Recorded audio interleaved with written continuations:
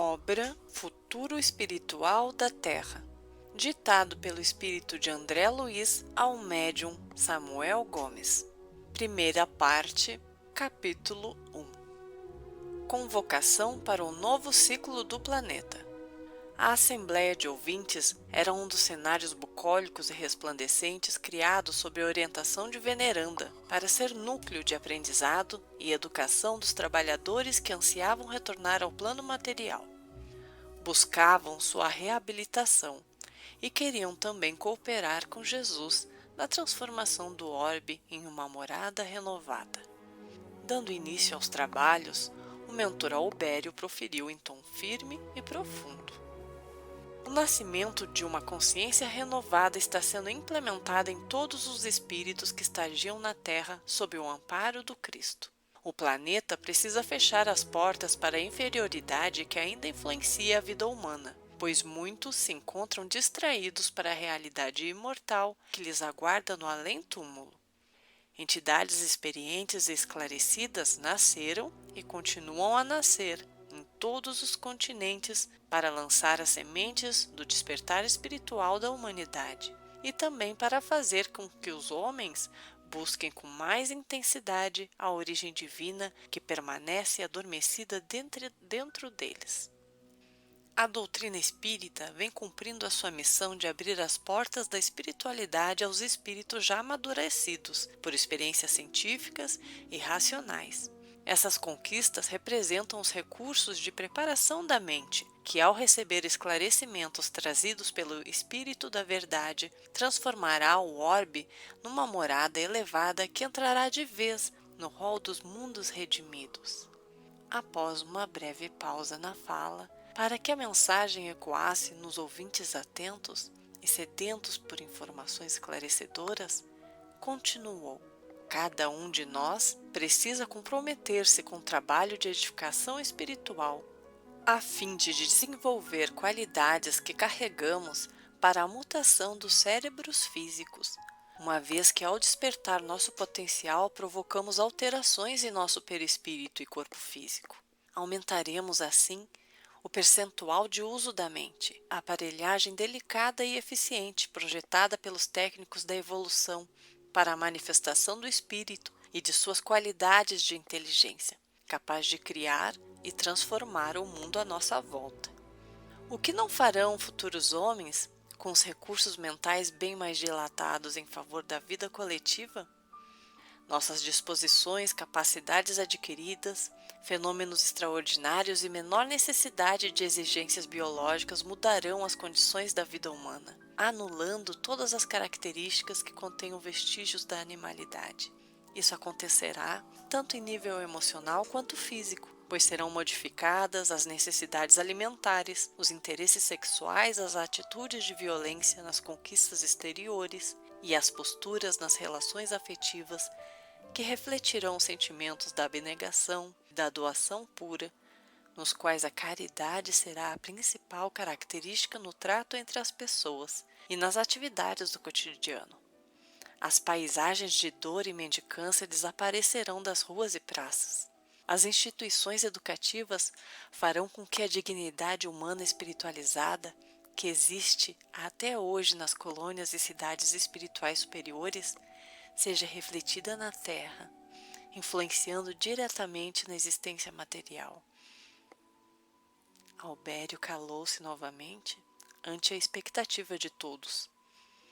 Observei atento o efeito daquelas palavras nos que estavam próximos, e pude notar neles a aura de alegria e anseio de aprender que também existiam dentro de mim.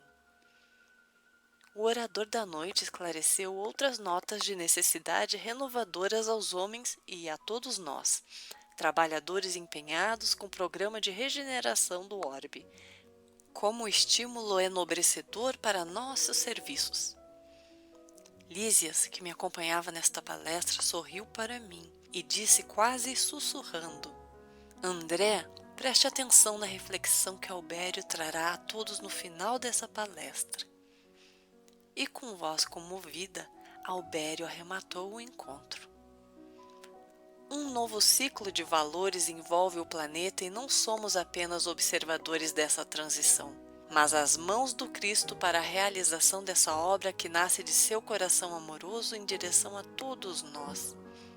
Aceitamos o desafio de transformar nossas existências em exemplos de dedicação e empenho, a fim de que a mudança efetive para sempre os verdadeiros valores estabelecidos pelos propósitos do Mestre. Desde o princípio da formação do orbe, ele vem concretizando suas determinações, deixando claro que a liberdade de escolha dos homens deve sintonizar com seu objetivo de fixar o amor como força de sustentação de todos. Sentiremo-nos como verdadeiros irmãos, e a fraternidade será a expressão do planeta renovado. Seus ensinos evangélicos já não serão encontrados em livros, mas sim na manifestação natural dos seres encarnados, pois nos transformaremos no Evangelho vivo, trazendo a sua divindade como essência do nosso ser a espalhar-se para todos os recantos do globo. Bendito todos vocês que escolheram nascer neste momento de exemplificação e testemunho, aproveitando a abençoada oportunidade de edificar o reino dos céus prometido por Jesus. Oxalá em vossos corações, e que a coragem e a firmeza da fé sejam os pilares de vossas emoções nessa intenção de trabalho em que Ele, o Mestre da Manjedoura, vem influenciando nossas escolhas para o trabalho pela regeneração do orbe. Paz a todos vocês é o que desejo. Olhei para Lísias e vi 2 lágrimas descendo em seu rosto. Também fui tomado de grande emoção ao lado desse irmão espiritual com quem tive uma afinidade imediata, desde minhas primeiras atitudes conscientes, após ser trazido das regiões umbralinas. Lá estagiei por necessidade de limpeza dos miasmas pesados acumulados em função das distorções sobre a realidade e sobre Deus. Lembrei-me dos momentos em que sua mãe, Dona Laura, também se preparava para reencarnar. E desta vez era ele que se encontrava próximo de retornar e se juntar ao seu coração maternal, cumprindo a missão que muitos companheiros abnegados de nosso lar estavam realizando nesses dias para imprimirem trabalhos de base da nova condição da Terra, passando do mundo de provas e expiações para um mundo de regeneração. Queria muito ir também, mas Clarencio me informou que iria precisar de mim, novamente, para transmitir informações sobre as ações espirituais nesses momentos de transformações planetárias, e que meu momento não tardaria.